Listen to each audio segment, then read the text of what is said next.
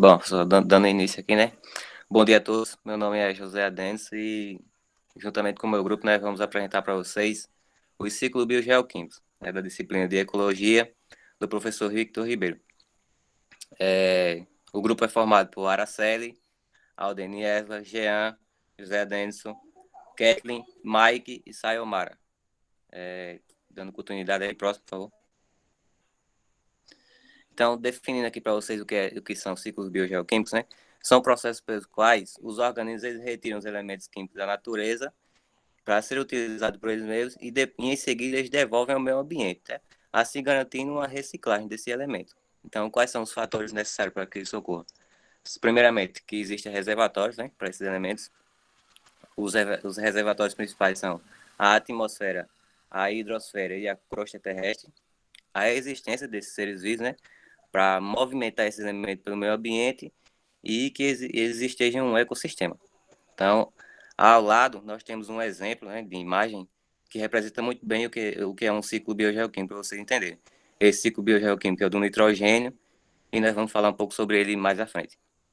E os principais ciclos biogeoquímicos que a gente vai falar para vocês e apresentar para vocês hoje é o ciclo da água, o do nitrogênio, o do carbono e o do oxigênio. Então, próximo, por favor. Então, o ciclo da água, pessoal. O ciclo da água ela é muito importante, né, para a manutenção da vida da Terra. E a água ela vive em constante mudança, né, de seus estados físicos, como, por exemplo, o estado sólido, o líquido e o gasoso.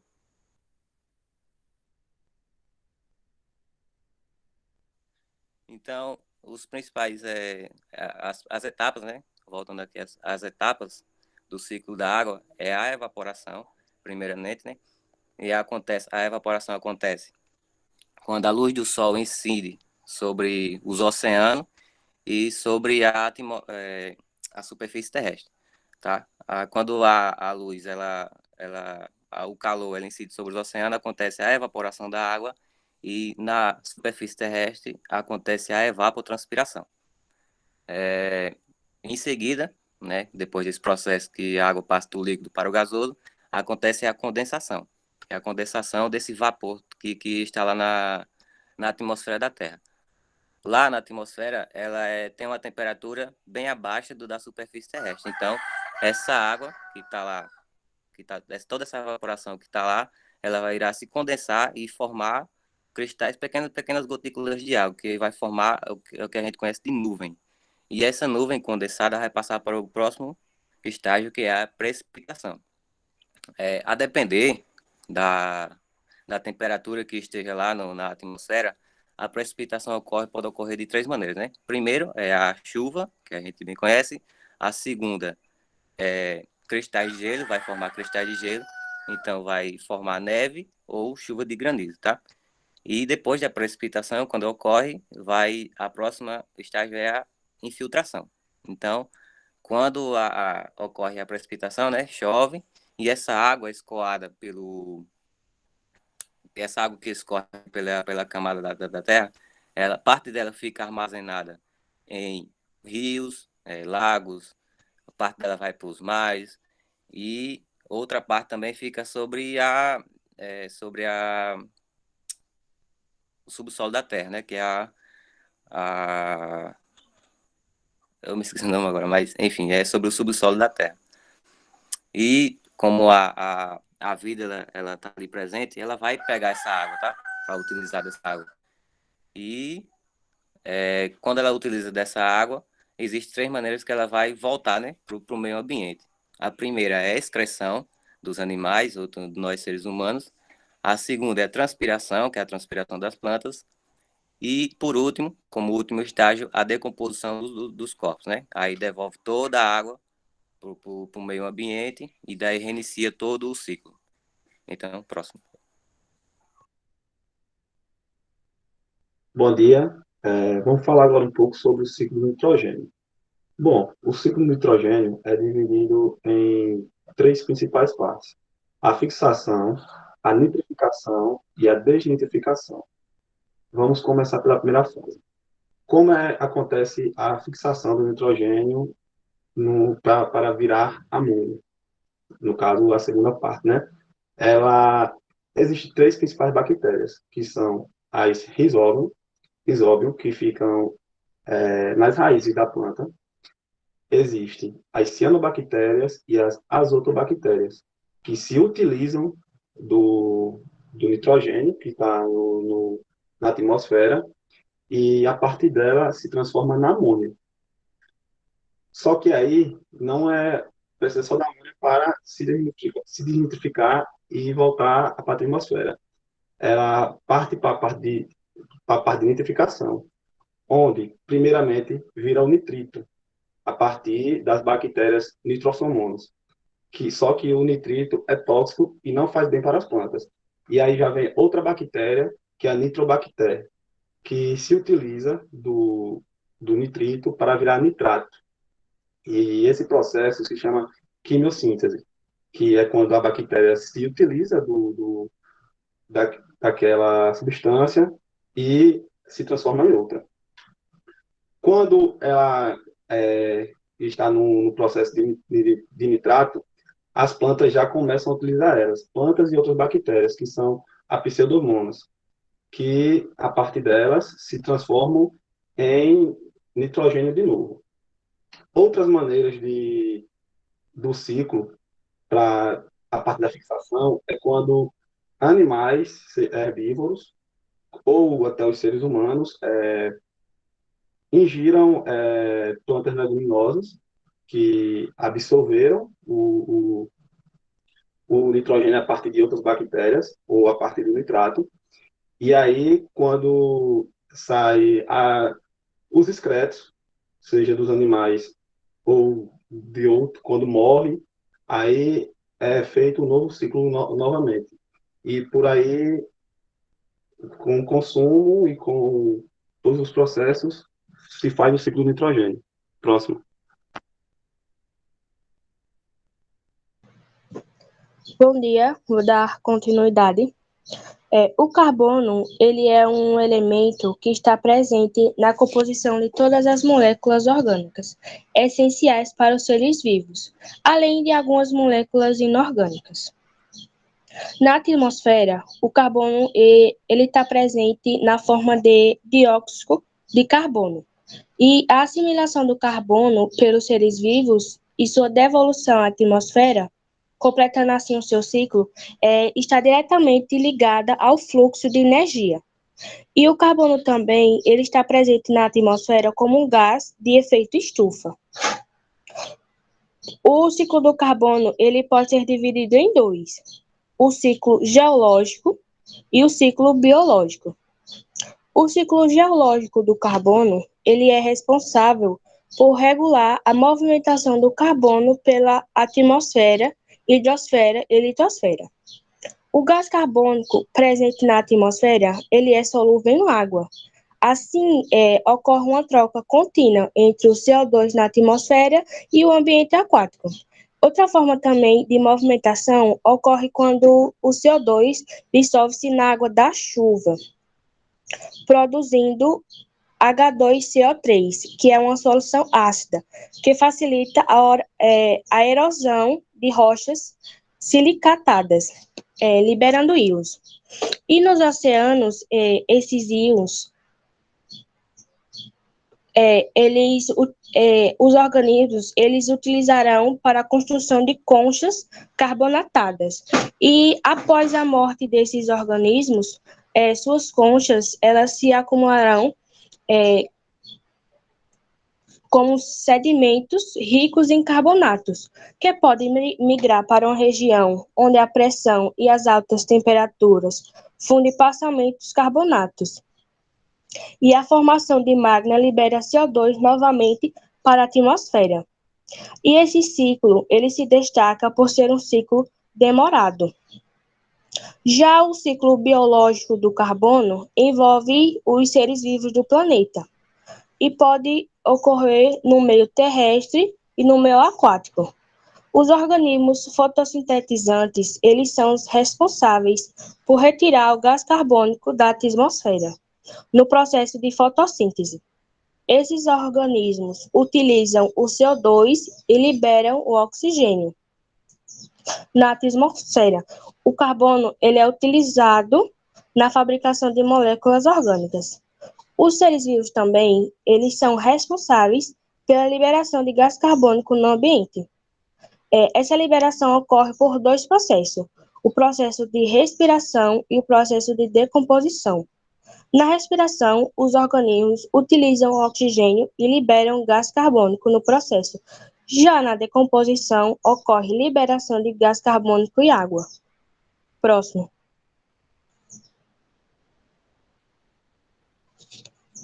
E também é importante destacar ainda que nos últimos anos, os seres humanos têm contribuído muito para o aumento dos níveis de gás carbônico atmosférico.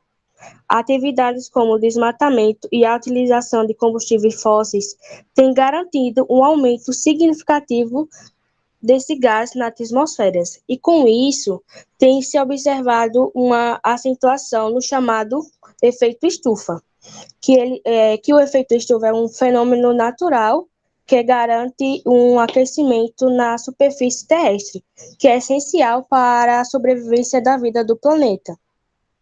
E o aumento da temperatura média do planeta é uma questão que merece atenção, pois o aquecimento pode desencadear problemas graves, como algum deles o aumento do nível do mar, as secas extremas, e em outras partes muitas chuvas, e a perda da biodiversidade. Próximo. Bom, pessoal, dando continuidade, eu vou falar sobre o ciclo do oxigênio. O ciclo do oxigênio é um ciclo biogeoquímico. O que é um ciclo biogeoquímico? É um processo pelo qual os elementos em diferentes formas químicas passam do meio ambiente para os seres vivos e retornam ao ambiente. Esse ciclo apresenta importantes processos, como a fotossíntese e a respiração. O oxigênio é um dos elementos mais abundantes do planeta, constituindo cerca de 21% da atmosfera. Ele pode ser muito reagente. Ele influencia em diversos outros ciclos biogeoquímicos, como o ciclo do carbono. O ciclo do oxigênio permite que o oxigênio circule entre o meio ambiente e os seres vivos. A principal forma de produção de oxigênio é a fotossíntese. Os organismos fotossintetizantes assimilam o gás carbônico para a produção da matéria orgânica que libera o oxigênio, em sua forma gasosa, o O2. No ambiente, um dos processos, como dos produtos desse processo. O oxigênio, presente nas moléculas orgânicas produzidas, é transferido aos demais organismos por meio das cadeias alimentares. No ciclo do oxigênio, o oxigênio é produzido por meio da fotossíntese e consumido pela respiração, pelo processo de respiração. O oxigênio gasoso da atmosfera é utilizado por alguns organismos no processo de respiração celular, um processo aeróbico de produção de energia. Esse processo, o oxigênio liga-se aos átomos de hidrogênio formado com água, assim formando o H2O. Parte dessa água é utilizada em reações metabólicas e volta ao ambiente por intermédio dos processos de respiração e decomposição. A outra parte é eliminada pela transpiração e excreção. No final da respiração, se elimina também o CO2, o dióxido de carbono. E por essa razão, o ciclo do oxigênio e o ciclo do carbono estão interligados.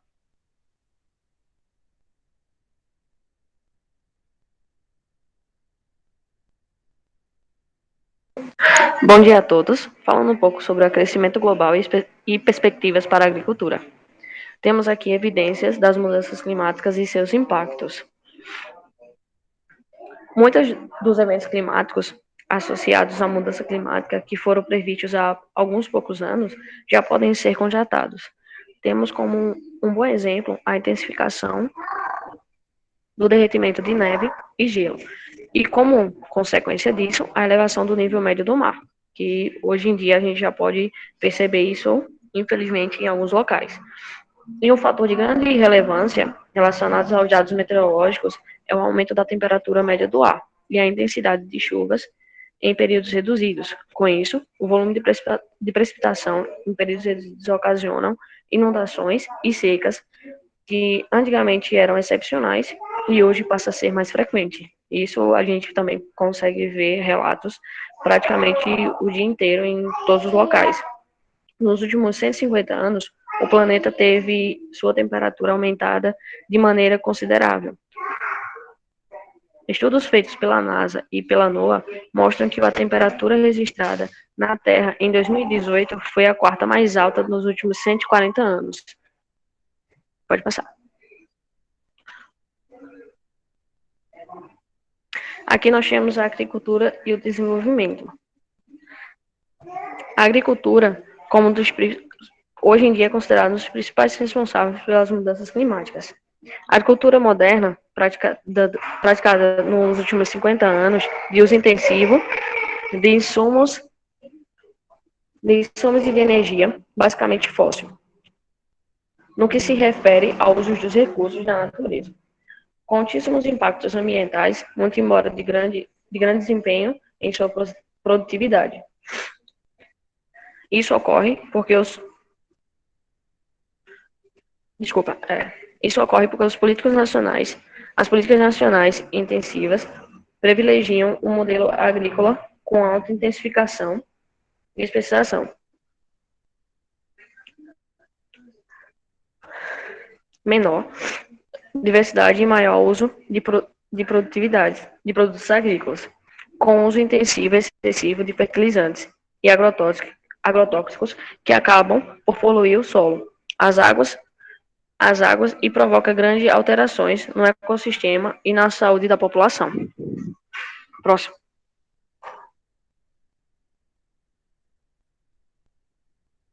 Bom dia a todos. Eu vou dar continuidade a falar de Sayumara. Então, em termos globais, o Brasil ele está como um dos maiores emissores de gases que provocam o efeito estufa. E também vou falar sobre o papel da agricultura nisso. Então, os três gases principais provenientes de atividades atrópicas estão concentrados no gás carbônico, como já foi citado, e os provenientes do combustível fóssil para essas atividades, que ele está cerca de 56,6%, o gás metano, 14,3% e o óxido nitroso. Então, a emissão desses gases, ela não é uniforme no planeta, então o resultado é do tipo de atividades diferentes de atividades humanas. E essa contribuição anual global da agricultura está entre 13,5% da emissão anuais desses gases. E o principal é o gás carbônico. Isso engloba todos os tipos de gases contribuentes também para o efeito estufa, né? Principalmente para o aquecimento global. Os gases etéricos oriundos de bovinos, a emissão do metano no cultivo do arroz e o óxido nitroso dos fertilizantes, como Sayumara citou, e a queima da biomassa. Então, soma-se ao total de 17,4% na emissão anual. E esses são dados de em torno de 2010, antes da nova emenda do Acordo de Paris, que foi revisto de novo em 2015. Então, nós temos aqui uns dados atuais de 2019, que a diferença da soma em 2010, que foi 56,6%, e aqui a taxa é de 84,3%. Então, a queima de combustível fóssil aumentou e muito. E outro dado aqui que eu trago, porque está um pouco pequenininho, é o que eu falei, que a meta era reduzir. E essas são as metas do setor da emissão projetada em 2020, que é a mudança nas terras florestais, no setor agropecuário e outros. E o total é a diminuição que equivale a bilhares de toneladas de CO2, que essa meta seja batida até 2030. Então, um exemplo de percepção das mudanças climáticas no contexto rural é o quê? Os impactos projetados neste século. Dentro deles estão os recursos hídricos, que na metade do século XXI, com o escoamento médio anual dos rios, que é afetado pela seca proveniente, o ecossistema e as mudanças climáticas, que estão aliadas às mudanças globais e à poluição, sobreposição de recursos, e estão comprometendo a resiliência do ecossistema. A segurança alimentar também, que é uma das coisas que tem afetado pela mudança climática, e o aspecto de segurança, incluindo alimentação, utilização e estabilidade dos preços dos alimentos. E nas zonas rurais, como podemos ver aqui nesses exemplos, como também eu citei, o efeito hídrico, a seca, e grandes impactos são afetados nessas áreas por meio de alterações na disponibilidade de abastecimento de água, segurança alimentar, renda agrícola, incluindo as mudanças nas áreas da população e a cultura. Então, é importante destacar esses 3 pontos: vulnerabilidade, riscos e a capacidade adaptativa. As mudanças climáticas, elas não são homogêneas. Existem grupos sociais com diferentes graus de vulnerabilidade. A maior parte da população brasileira ainda é considerada um índice de maior pobreza. No caso dos brasileiros, extrato social de pobre historicamente. Então, o efeito estufa, o Brasil ele já tem esse status, e isso prejudica ainda muito mais na vida das pessoas. O risco de desastres é composto por 2 fatores: a ameaça à vulnerabilidade, e corresponde ao fator extremo, que, embora possa ser muitas vezes protagonista, geralmente é difícil de controlar, as chuvas intensivas, terremotos em outros lugares, e escoamento, desabamento, tudo por causa de uma falta de sustentabilidade e sustentabilidade do sistema, que é sujeito a ameaças a vários impactos.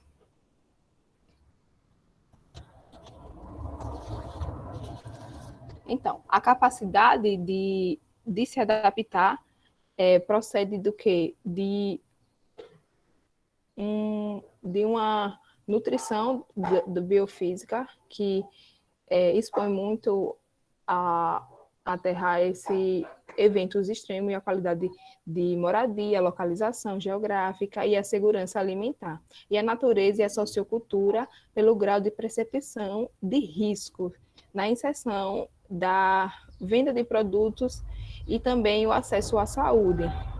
Então, para que tudo isso ocorra algum efeito, é preciso melhorar a exposição, a sustentabilidade e a capacidade de adaptação no meio. Obrigada. Agora a fala fica para minha colega Celite. Bom dia, dando continuidade, caso não estavam falando, eu vou falar sobre a capacidade de adaptação. A capacidade de adaptação é definida como a capacidade de um sistema de se ajustar à mudança do clima, moderando possíveis danos, tirando vantagem das oportunidades ou lidando com as consequências, como está aí na imagem, né? Uma das piores consequências sofridas pelos agricultores. Considerando ainda que a vulnerabilidade é função de 3 fatores: exposição, sensibilidade e capacidade de adaptação. A exposição, ela se refere ao que está em risco pela mudança climática e às mudanças que um sistema terá que enfrentar. A sensibilidade é considerada como o efeito biofísico das mudanças climáticas, levando em conta o contexto socioeconômico. E a capacidade de adaptação de um sistema se ajusta à mudança climática, à variabilidade do clima e aos episódios extremos. Próximo. Os desafios para o desenvolvimento de estratégias de imitação e adaptação. Para lidar com situações complexas, como as que emergem em um contexto de mudanças climáticas globais, é importante buscar metodologias adequadas para se trabalhar a vulnerabilidade no âmbito da complexidade e os aspectos pedagógicos integrados aos conhecimentos dos atores locais. É fundamental criar circunstâncias para que se passe da coleta do conhecimento. Esse tipo de metodologia parte da percepção de atores sociais sobre a realidade, considerando sua experiência acumulada, constrói com eles conceitos teóricos e práticos.